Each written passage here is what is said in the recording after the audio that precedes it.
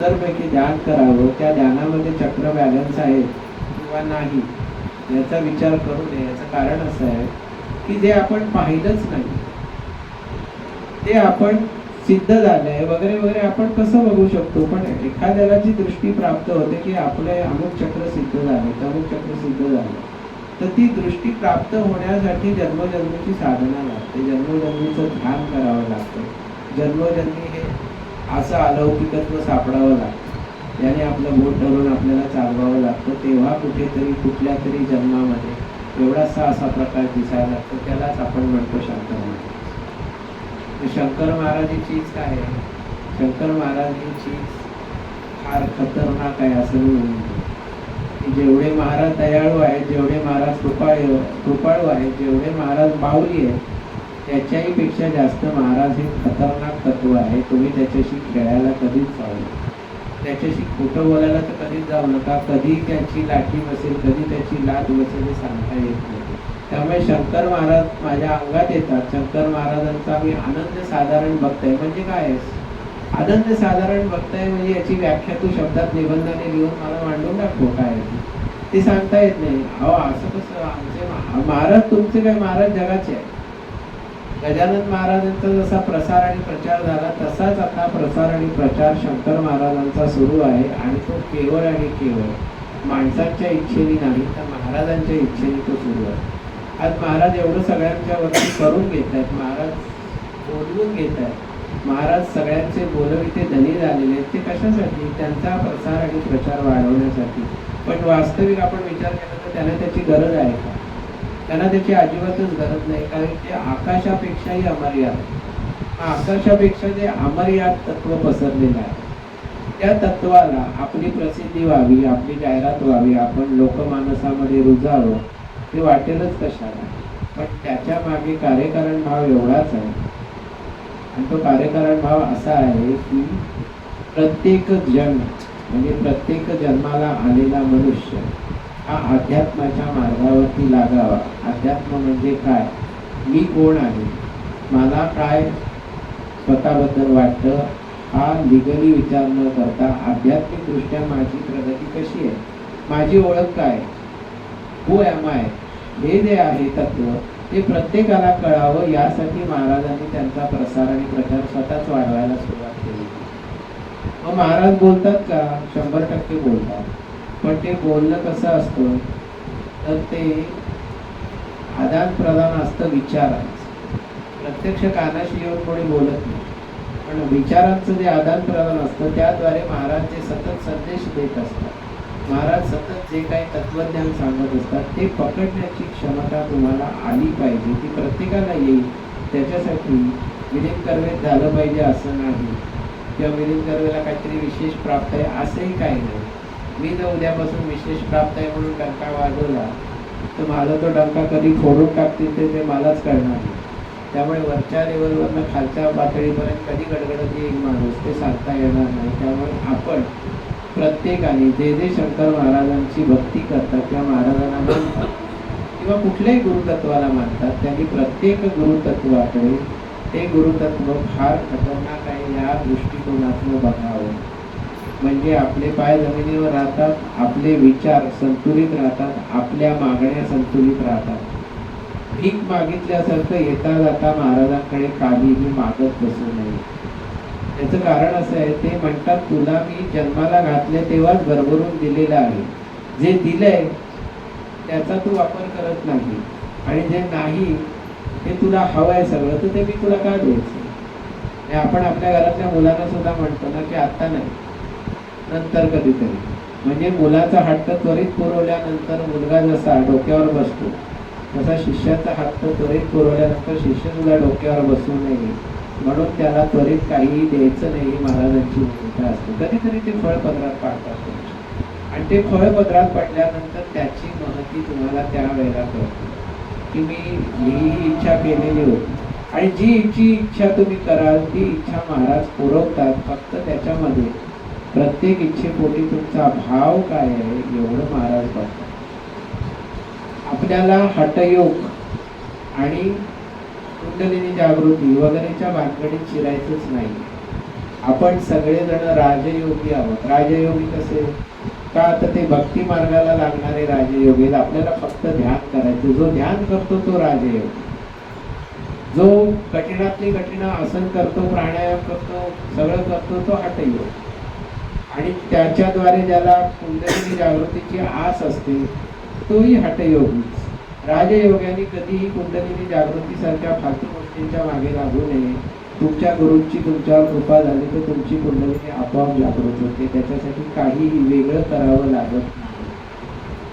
कुंडलिनी जागृती 1000 रुपयात हे फसवणूक आहे. त्याची शिबिरं असतात, त्याची रिट्रीट असतात, त्याच्यामध्ये तुम्हाला काहीतरी सांगितलं जातं आणि तुम्ही खोटी फसवणूक स्वतःची करून घेता. माझी कुंडलिनी जागृत झाली म्हणजे काय झालं ते कोणालाही सांगता येत नाही. लई भारी वाटतं. लई भारी वाटतं म्हणजे काय वाटतं तुला नेमकं ते सांगता येत नाही. पण त्यांनी माझी कुंडलिनी जागृत केली का, तर मी 25,000 रुपये फी भरलेली आहे रिट्रीटची. तर 4 दिवस 5 दिवस मी ऐशोरामात तिथे काढले. एक दिवस त्यांनी मला सांगितलं झाली तुमची कुंडलिनी जागृत. असं नसतंय होतं. अशी कुंडलिनी जागृती नसते. गुरुपाशी 1 to 1 बसल्यानंतर गुरु जे ज्ञान देतो, गुरु जी कुंडलिनी जागृत करतो ती खरी. इथे 25 माणसं बसलेले, एखादा गुरु इथे येऊन बसला आणि त्यांनी सगळ्यांना सांगितलं झाली तुमची कुंडलिनी जागृत. म्हणजे काय झालं, घरी गेल्यानंतर माणसं म्हणतात याच्यात काय अर्थ नसतो. अशी कधी कुंडलिनी जागृत होते का? नाहीच होत, कोणाचीच होत. कुंडलिनी जागृत करणं म्हणजे फसवणूक आहे. आपल्याला त्याच्यामध्ये शिरायचं नाही. आपण एवढंच लक्षात ठेवायचं, आपण हठयोगी म्हणून जन्माला आलेलो नाही, आपण राजयोगी म्हणून जन्माला आलेलो. अहो निदान राजाची खुर्ची नाही पण राजयोग तरी आहे की नाही आपल्यामध्ये. मग तेवढं समजून घ्यावं ना आपण प्रत्येकाला. मग ती राजयोगाची कुंडली जर आपली असेल तर त्याच्यासाठी कुंडलिनी जागृती का करायची? मग तुम्ही ज्योतिषाला विचारायला जाऊ नका आमची राजयोगाची कुंडली आहे का, जरा तपासून बघा आमचे कुठले ग्रह आहेत वगैरे. तसं नसतं. राजयोगाची कुंडली किंवा राजयोग तुमच्या आयुष्यामध्ये असणं म्हणजे तुम्ही नियमित ध्यान करायला शिकणं. तुम्ही जेव्हा नियमित ध्यान करायला शिकाल, ध्यानाच्या वाटेवरती पुढे पुढे चालायला लागाल, तेव्हा तुमच्या लक्षात येईल की महाराजांनी आपल्यासाठी राजयोग निर्माण करून ठेवलाय. अहो तो ब्रह्मांडांचा स्वामी आहे, कोटी ब्रह्मांडांचा. तो तुम्हाला जवळ घेतोय म्हणजे त्याच्या साम्राज्यामध्ये तो तुम्हाला जवळ घेतोय. त्याचं साम्राज्य हे पृथ्वी मोलापेक्षा, अनंत पृथ्वी मोलापेक्षाही भारी आहे. मग त्या साम्राज्याचा तुम्ही जर एक घटक होणार असाल तर त्या सम्राटाचे तुम्ही राजयोगी शिष्य होऊ शकता. पण हे कोणाच्या डोक्यातच येत नाही. नुसतं महाराज महाराज म्हणायचं, पादुकांवर डोकं आपटायचं आणि समजूत करून घ्यायची की महाराज सगळं बघतील, महाराज सगळं सांभाळून नेतील. ही भावना चांगली आहे. पण महाराज जर सगळं सांभाळून देणार असतील किंवा महाराजांना जर सगळं सांभाळून घ्यायचं असेल तुमच्यासाठी, तुम्ही महाराजांसाठी काय करता याचा प्रत्येकाने विचार करायला नको. तुम्ही जर महाराजांना सांगून बसला की महाराज आजपासून मी ध्यानाला बसणार आहे, 1 तास मी एका जागी बसणारे, डोळे मिटणारे, डोळे उघडणार नाहीये 1 तासाशिवाय, तर तुम्ही सांभाळून घ्या. महाराज सांभाळतात, महाराज ध्यान करून घेतात तुमच्याकडनं आणि ध्यानाची गोडी लावतात तुम्हाला. बघा साधी गोष्ट आहे. आता आपण इथे बसले सगळ्यांचे डोळे उघडे आहेत. त्यावेळेला आपल्या मनात फारसे विचार नसतात. पण तुम्ही जेव्हा ध्यानाला एखादी पोझिशन घेता आणि डोळे मिटता त्यावेळेला विचारांचे फ्लोच्या फ्लो चालू होतात की काय विचार, म्हणजे आपल्याला कधी कधी डोकं फिरायची पाळी येते की हे विचार असे कसे, म्हणजे एवढे विचार माझ्या मनात काय येतात त्याच्यामध्ये. पण त्यांना येऊ द्यावं आणि जाऊ द्यावं. पण ध्यानाची बैठक कधीही सोडू नये. ध्यानाची बैठक सोडली तर तुम्ही महाराजांची प्रतारणा करता. महाराज म्हणजे फक्त मी शंकर महाराज म्हणत नाही, तुमच्या गुरुतत्वाशी तुम्ही प्रतारणा करत. तर त्या गुरुतत्वाशी प्रतारणा करायची नसेल तुम्हाला तर प्रत्येकाने ध्यान करावं, साधना करावी, नियमितपणे करावी. त्याच्यामध्ये आज जेवलं आणि पुढच्या रविवारी आता मी डायरेक्ट जेवणार असं चालत नाही. तसं ध्यानाचं आहे की आज ध्यान केलं आणि डायरेक्ट पुढच्या रविवारी मी करेन असं नाही चालत. त्याला कन्सिस्टन्सी लागते, त्याला सातत्य लागतं, तरच महाराज तुमच्याकडे पाहतात. नाही तर त्यांना काहीही गरज नाही आहे. तुम्ही किती त्यांच्या नावाने आरडाओरडा करा ते तुमच्याकडे नजर पण टाकणार नाही. त्याचं कारणच एवढं आहे की तुम्ही काहीच करणार नाही. सगळं त्यांच्या नावेच आरडाओरडा करणार, मग मी काय करू तुमच्यासाठी? मी काहीच करणार. मग तुम्ही मला काही म्हणा, तुम्ही काही हार घाला. आता इथे सोनचाफ्याचा हार घातले, तसे हजारो रुपयांचे हार घाला महाराजांना, गुलाबाचे घाला, आणखी कुठले घाला. महाराजांना ते काटे बोचल्यासारखे वाटतात, कारण तुमचा भाव नसतो त्याच्यामध्ये. म्हणून राजयोगाची आपण प्रत्येकाने संगत केली पाहिजे. ती संगत फक्त एकाच गोष्टीने होते, ध्यानाने. मी सतत आणि सतत एकाच गोष्टीचा प्रसार करत असतो की प्रत्येकाने ध्यान करावं. मग मला प्रश्न लोक विचारतात, मग तुम्ही करता का हो ध्यान? काही काही जण मुद्दाम फोनवरती गुगल करतात, आता आम्ही फोन केला तर चालेल का? म्हटलं हो चालेल, बोला की. नाही, आम्हाला वाटतं तुमच्या ध्यानाची वेळ असेल. मग माझ्या ध्यानाची वेळ तुम्ही तिकडे जज करणार नाही, किती वेळा ध्यान करतात, किती वेळा करत नाही. मग लोक सांगतात नाही, आपण लोक सांगेल ब्रह्मज्ञान आपण करून पाहिजे, असं मी आहे का? याची पण खातरजमा करून घेतली जाते. किती वेळा तुम्ही ध्यान करता? दिवसातनं किती वेळा ध्यान करता? म्हटलं कितीही वेळा करत नाही, मी दिवसातनं 24 तास ध्यान करतो. तुम्हाला करायची इच्छा आहे का? 24 तास कसं शक्य आहे? मग तुम्ही झोपता का नाही रात्री? म्हणजे मी झोपतो का, मी जेवतो का, मी फिरायला जातो का, मी TV बघतो का, मी मोबाईल बघतो का, याचाही आढावा घेतला जातो जेव्हा, तेव्हा मग मला ती पुन्हा वावटूकपणे ती उत्तरं द्यावीशी वाटतात. आगाऊपणे, म्हणजे तेव्हा माझा आगाऊपणा उफाळून येतो. किंवा तुला काय करायचं, मी ध्यान करतो का नाही, तू करतोस का नाही ते बघ. कारण तू माझं व्याख्यान ऐकायला आल्यास, मी तुझ्या घरी येऊन तुला आमंत्रण दिलेलं नाही किंवा मी तुझ्या घरी येतो, 100 माणसांना बोलव आणि मी बोलतो तिथे, मला एवढी आग नाही घेत. मी एवढं खरंच सांगतो सगळं. तर हे सगळं जेव्हा आपण लक्षात घेतो ना, तर याच्या मागचा केऑस पण आपण लक्षात घेतला पाहिजे. प्रत्येकाला समाजामध्ये दाखवण्यासाठी कोणीतरी एक गुरु हवा असतो. मग आमचे ते हे आहेत बरं का, ते असं आहे बरं का, त्या गुरुचं हे असं आहे तसं आहे. असेच बाबा, तो गुरु तुझ्याकडून करतात, तू मोठा, तुझा गुरु मोठा, पण आमच्या पुढे त्याची शेती मिरवू नको. आम्ही फक्त देहधारी गुरूंनाच मानतो अशातला भाग नाही, आम्ही देह सोडलेल्या गुरूंनाच मानतो अशातला भाग आहे. त्यामुळे हम गया नाही जिंदा आहे असं जेव्हा आमचे महाराज म्हणतात, आणि महाराज जेव्हा स्वतःला ह्या पद्धतीने दुनियेसमोर पेश करतात, तर आपण स्वतःला महाराजांसमोर काय पद्धतीने पेश करावं, किंवा स्वामींच्या समोर आपण काय पद्धतीने पेश व्हावं स्वतःला. आता पेश व्हावं हा शब्द जुन्या काळापासून चालू आहे, की नजराणा पेश केला जायचा बादशाह समोर. मग हा बादशाह आहे ना, आपण याच्यासमोर कुठला नजराणा पेश करतो? त्याला काही नको आहे, तुम्ही ताटं भरून आणली तरी नको आहे. तो एवढंच विचारतो, तुझ्या या 3.5 हात देहामध्ये तू ध्यानाचा नजराणा मला पेश करतोस का? साधनेचा नजराणा पेश करतोस का? त्याच्यामधल्या सातत्याचा नजराणा मला पेश करतोस का? त्या नजराण्यावर मी तुझी अवकात ठरवणार आहे, म्हणजे किंमत ठरवणार आहे. जेव्हा महाराज हे सांगतात त्यावेळेला आपण त्यांचं ऐकणं हेच आपलं परमभाग्य असतं का न ऐकणं हे परमभाग्य असतं. पण काय असतं, आम्हाला वेळ कुठे, आम्हाला वेळ नाही, अजिबातच वेळ नाही. अहो अजिबात वेळ नाही म्हणजे कसं, लोळायला वेळ आहे, तंगड्यावर करून लोळायला वेळ आहे, पण तुम्हाला ध्यानाला बसायला वेळ नाही. मग ध्यानाला बसायला काय लागतं, फक्त डोळे मिटून बसायला लागतं. पण डोळे मिटून तासन तास बसा ना, ते पाय धरतात, मग आमकं होतं तमकं होतं, मग आडवं पडलं तर पाय धरत नाही. मग खाली मांडी घालून बसल्यानंतर पायांकडे लक्ष कशाला पाहिजे? ते पाय धरतात, मग ते आम्हाला असं आहे तसं आहे, मग असं बसा, मी जसं बसले असं तसं बसायचं नाही. पण ते खाली पाय सोडले ना की ते पण जड होतात. त्याच्यामध्ये कारणं हजार असतात, ध्यानच करायचं नसतं, कारणं हजार असतात. मी म्हटलं शिवशंकर जसे बसतात तसे बसा, एक पाय खाली सोडा, उजवा पाय अर्धा मोडून बसा. मग ते शंकरांना शोधता आम्ही कसं बसायचं, म्हणजे कसंही करून ते टाळायचंच असतं. तर मग एकाला सांगितलं की मग याच्यापेक्षा तो आणखीन एक असा उपाय कर की तो आडवा पण बेडवरती आणि ध्यान कर, ध्यानाच्या अवस्थेमध्ये जा.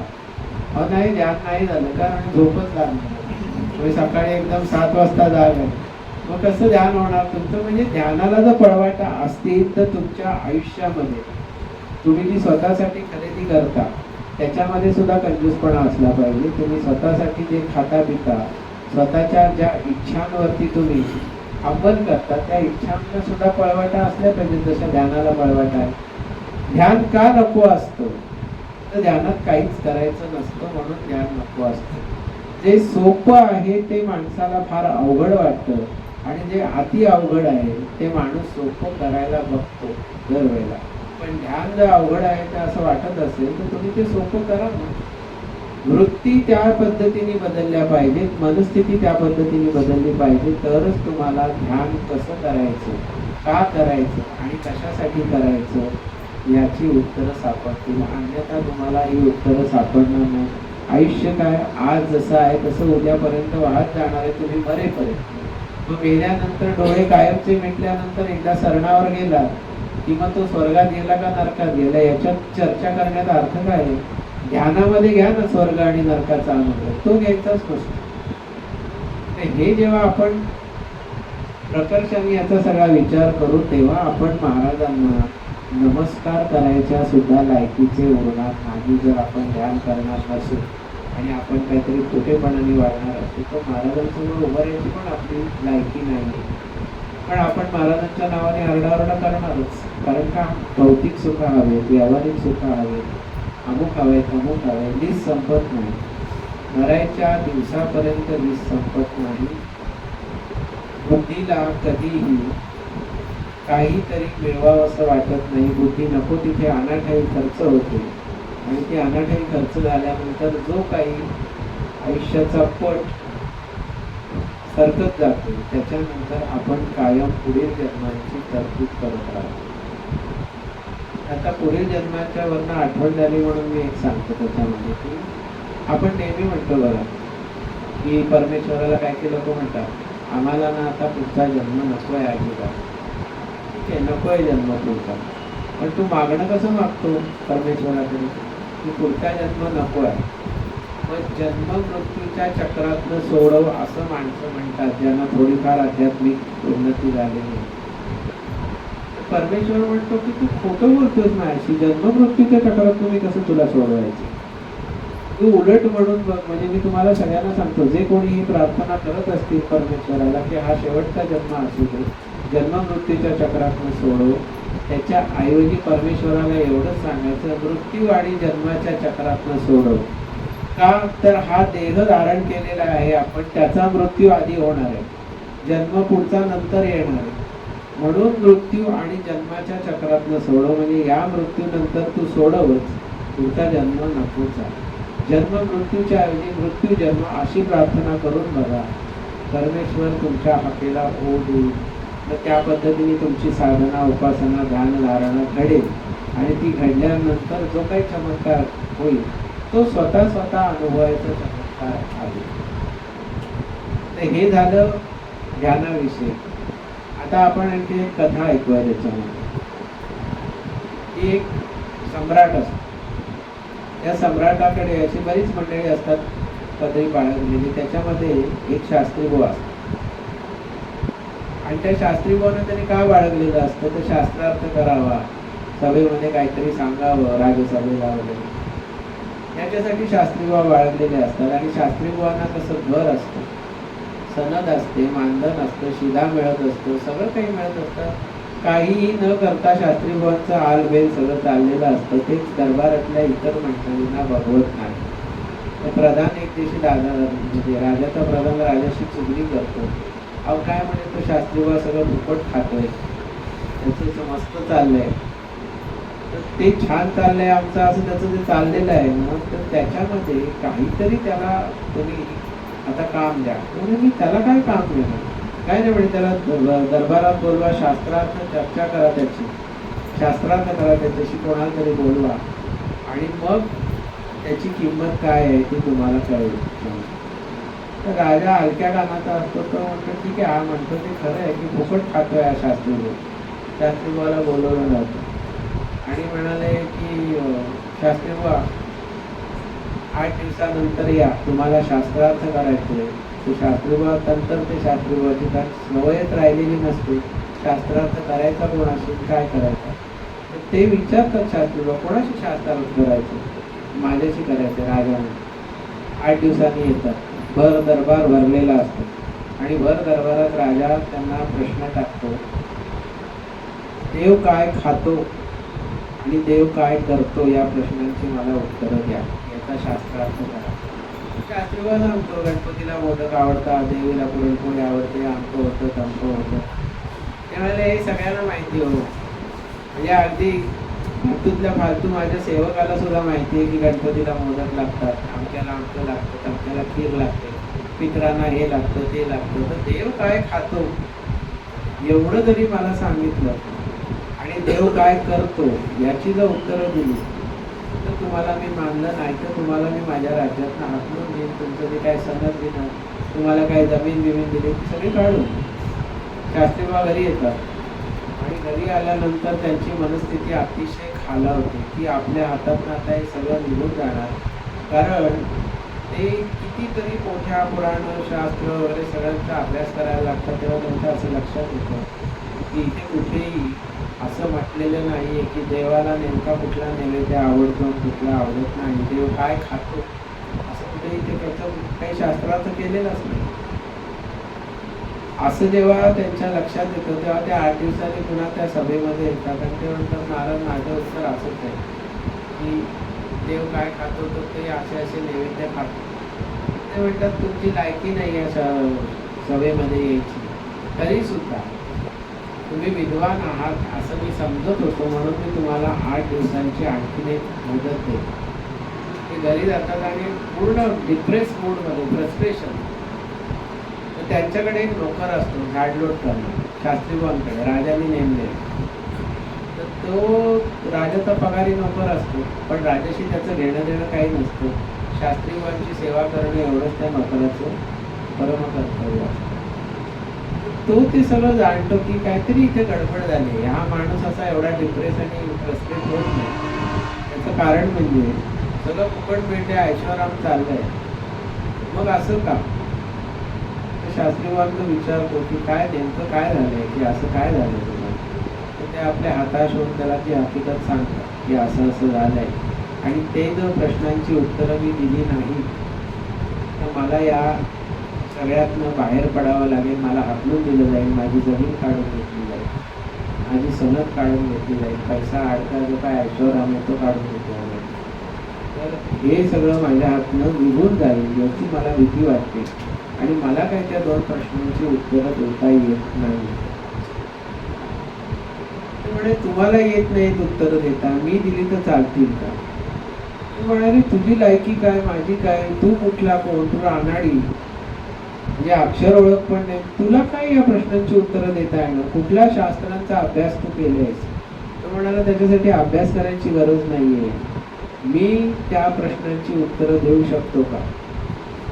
ते ऐकायला तयार नाही, त्यांचा अहंकार दुखावला जातो की अरे माझा नोकर मला म्हणतोय की मी त्या प्रश्नांची उत्तरं राजाच्या दरबारात देतो, शास्त्रार्थ करतो, जो तुम्हाला करता येत नाही.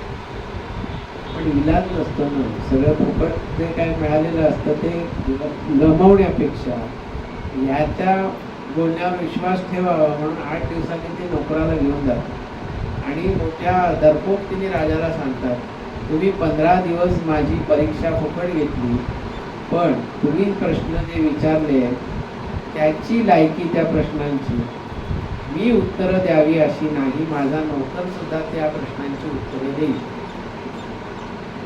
राजा म्हणतो ठीक आहे की तुमचा नोकर उत्तरं देईल, आणा त्याला पेश करा कुठे. नोकर नाटक करतो, थरथर थरथर कापत वगैरे येतो, वास्तविक त्याच्या मनात काही नसतं, भीती काही नसतं. तो राजा पुढे येतो, मान खाली घालून उभा राहतो. राजा म्हणतो बोल की शास्त्र्याला जे येत नाही ते तुला येते त्या प्रश्नाचं उत्तर. तर माझा पहिला प्रश्न असा आहे, देव काय खातो? तो नोकर म्हणतो मला अभय द्याल तर मी तुमच्या प्रश्नाचं उत्तर देतो. अभय दिलं तुला. तो म्हणाला महाराज देव काय खातो या प्रश्नाचं उत्तर असं आहे, देव अहंकार खातो माणसाचा. त्यामुळे मग दुसरा प्रश्न एवढ्या भर सभेमध्ये सांगण्यासारखं त्याचं उत्तर नाही. दुसरा प्रश्न तुमचा काय आहे की देव काय करतो, त्याचं उत्तर मी भर सभेत देऊ शकत नाही, ते तुमच्या एकांतामध्ये अंतःपुरात जाऊन मला उत्तर द्यावं लागेल. फक्त माझी एक अट आहे, त्या अंतःपुरामध्ये तुमचा कोणीही सेवक, सैनिक, तुमचे अंगरक्षक तुमच्या राणी वसा अमकं तमकं कोणीही तिथे असलं नाही पाहिजे, फक्त तुम्ही आणि मी. आणि त्या अंतःपुरामध्ये आपण दोघांनी प्रवेश केल्यानंतर सगळे दरवाजे खिडक्या बंद करायच्या. तुम्ही हाक मारली तरी, कारण राजाला टाळी वाजवून माणसांना बोलवायची सवय असते, टाळी पण वाजवून कोणी येणार नाही याची व्यवस्था तुम्ही करणार असाल तर तुमच्या दुसऱ्या प्रश्नाचं उत्तर मी देईन.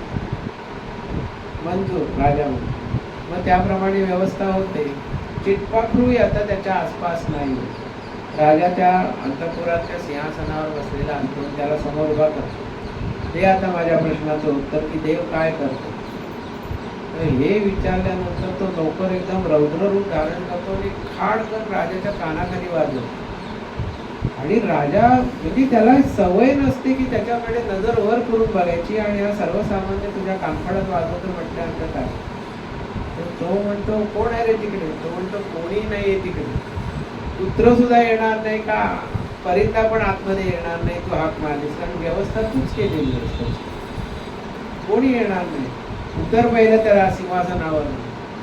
तर तो म्हणतो मी नाही उतरणार, माझं सिंहासन आहे. उतर म्हणतो ना, नाहीतर बघ काय करेन मी. म्हणजे ह्याला असं वाटतं राजाला की कानफडात खाल्ली, आता हा लाथाबुक्क्याने मारतो का काय. कारण आधी ठरलेलं असं असतं की नोकराने त्या निशस्त्र आतमध्ये यायचं, राजाने पण हातामध्ये शस्त्र धरायचं नाही. म्हणजे नोकराला शस्त्राने उडवायचं काही कारणच नाही.